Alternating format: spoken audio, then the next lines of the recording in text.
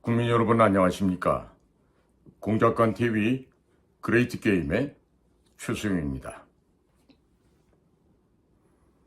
최근 들어 우리 국가 내에 암약하고 있는 간첩망들이 하나둘씩 검거되기 시작하였습니다.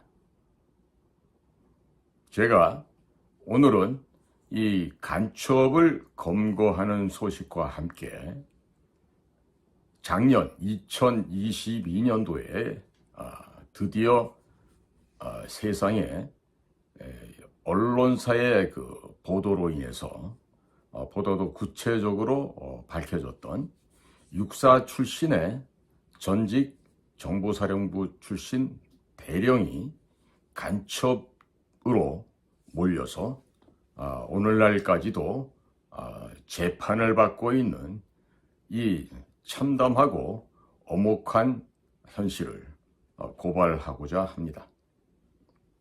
이번에 정규필 대령을 구속 기소하려고 했던 거는요, 문재인 정권이 대북 공작 사업 역량을 완전히 와해, 소멸, 괴멸, 파괴시키기 위한 아주 적극적인 작업이었다. 이렇게 중간 결론을 내려볼 수가 있겠습니다.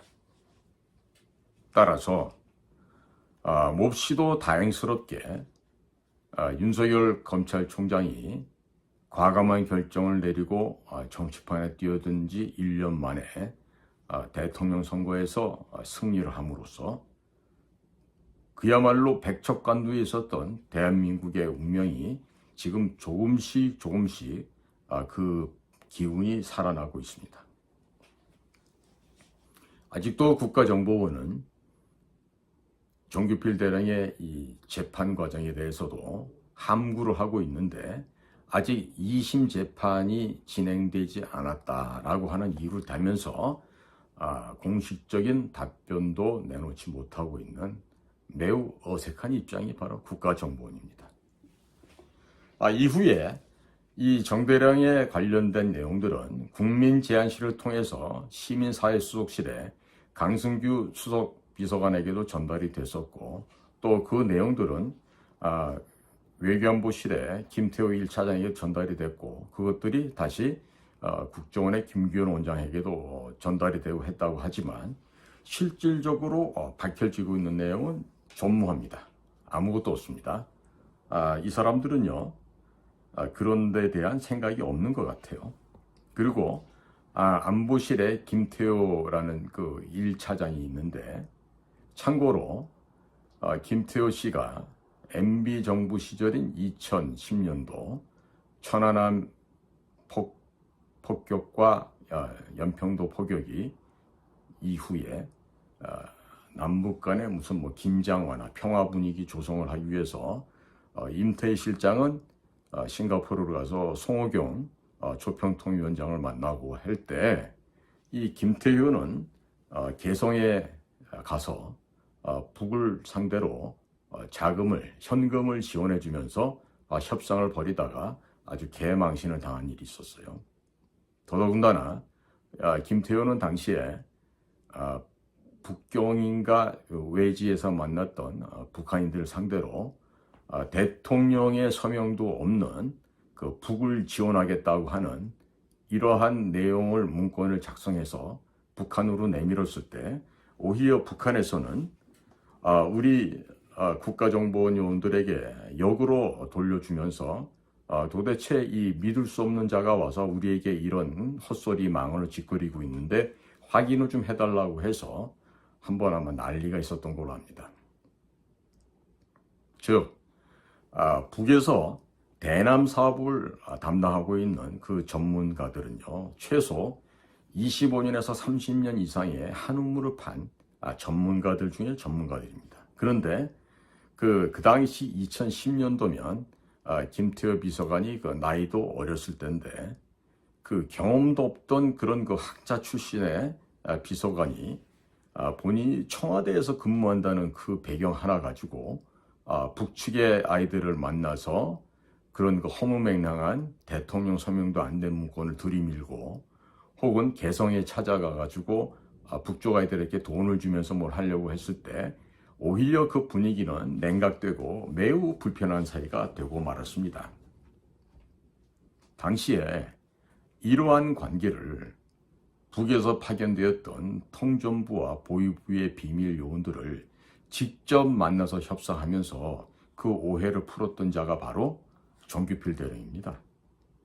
그러나 정규필 대령도 저희 안전기획부의 그 우리 비밀 요원들과 마찬가지로 본인이 그런 일을 했다고 해서 어디 가서 떠버리거나 자랑하거나 할 수도 없지만 그런 것 자체를 하지 않습니다. 왜? 전문가이기 때문에 그렇죠. 우리가 강아지를 키워봐도요, 세고 크고 용감한 우리의 진돗개나 이런 그 사나운 개들은요, 절대로 짖지 않습니다. 여간해서 짖지 않습니다. 하지만 그 주먹만한 조그만 치아와나 그 조그만 그 강아지 종류들은요, 앙앙거리고 많이 짖어요. 왜? 무서우니까 나한테 가까이 오지 말라는 얘기죠. 비유컨대 정규필 대령 같은 경우는 가장 노련한 그 진돗개의 비유가 된다라면은 김태호 비서관은 아주 거기에 미치지 못하는 새끼 강아지 정도 수준도 채 안 됐던 거죠. 그러면 왜 우리의 그 이 비밀 요원들, 공작관들은 그런 이야기들을 여기저기 다니면서 언론이고 어디고 떠버리지 않을까요? 왜? 하나의 불문율처럼 우리가 공직에서 인지한 그런 내용들을 외부에 가서 말을 안 하는 게 우리들 공작관의 생활화되어 있는 습관이기 때문이기도 합니다. 오늘 제가 이 정보사의 정규필 대령의 이야기를 하면서 아주 긴 시간 이야기를 하게 됐는데요. 이런 말씀 드리는 거는요, 우리가 간첩으로 규정을 하고 간첩으로 잡기 위한 그 명확한 개념을 좀 국민 여러분들께 알려드리고자 오늘 이와 같은 시간을 마련했습니다. 저희가 외환죄에 보면요, 우리가 여적죄라는 게 있습니다. 줄 여자, 적자, 그 다음에 죄입니다. 즉, 직역을 하면요, 적들에게 이롭게 뭔가를 준 그러한 행위가 있었을 때 그것을 여적죄라 그러고, 그거는 이적죄와 함께 외환죄의 중요한 죄목에 해당되고 있습니다. 특히나 여적죄는 국민 여러분들이 다 아시겠지만 형법 제93조에 명백하게 기술되어 있습니다. 따라서 지난 5년간 북을 돕고 북을 이롭게 하고 북을 보다 더 좋은 그런 승량의 집단으로 만들기 위해서 노력했던 자들이 있습니다. 그 대표가 문재인이요, 그와 함께 거짓말과 낭설을 이끌고 다니면서 미국까지 기만하려고 했던 자가 정의용이요, 서훈이란 자고, 이어서 그 설거지를 담당했던 게 박지원인데, 그 주변에는 청와대 안에 있던 NSC 출신들도 아직 많이 남아있고요. 또 국정원에서 차장직의 역할을 했던 사람, 또 기조실장 역할을 했던 사람들 중에도 아직도 드러나지 않은 자들이 많이 있어요.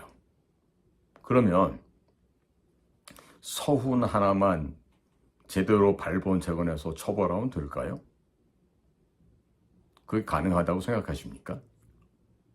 오늘 정규필 대령이 간첩으로 억울하게 내몰렸던 이 사안을 말씀을 드렸는데, 우리는 이제는 와서 최근에 벌어지고 있는 시엇 기역 시엇 한길회라는 제주도에 발생했던 거, 창원 쪽에 있었던 자유민주 민중전이라고 하는 저 암약하고 있던 간첩 조직들, 전주에 또 다른 여타 지역에서 지금 발견되고 또 이제 체포되어 가고 있어요. 동시에 또 그들과 접촉을 시도했던 이상한 목사들도 지금 발견되고 있죠.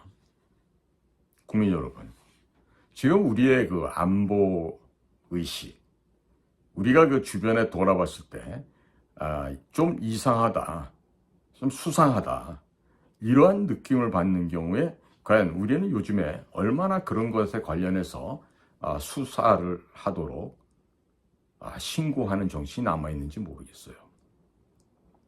이제는요, 배부른 돼지가 말았으면 좋겠다는 생각입니다.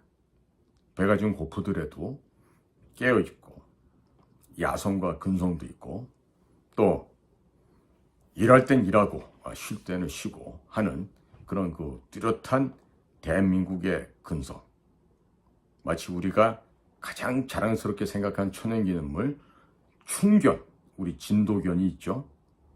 그런 진도에서 그 전문적으로 육성된 우리 진도견처럼 우리들의 이 생각과 바라보는 시각도 보다도 예리하고 또 적확하게 사물을 꿰뚫어 보면서 과연 이 자그마한 우리의 공동체 사회를 어떻게 하면 더 제대로 된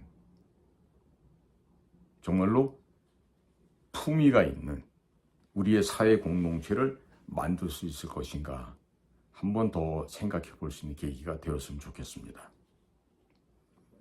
오늘은 우리나라 국군 정보사령부 그 가운데서도 대북 공작부대 출신의 전문적인 에이스 공작관 정규필 대령이 수모를 겪고 있는 이야기를 전해드렸습니다.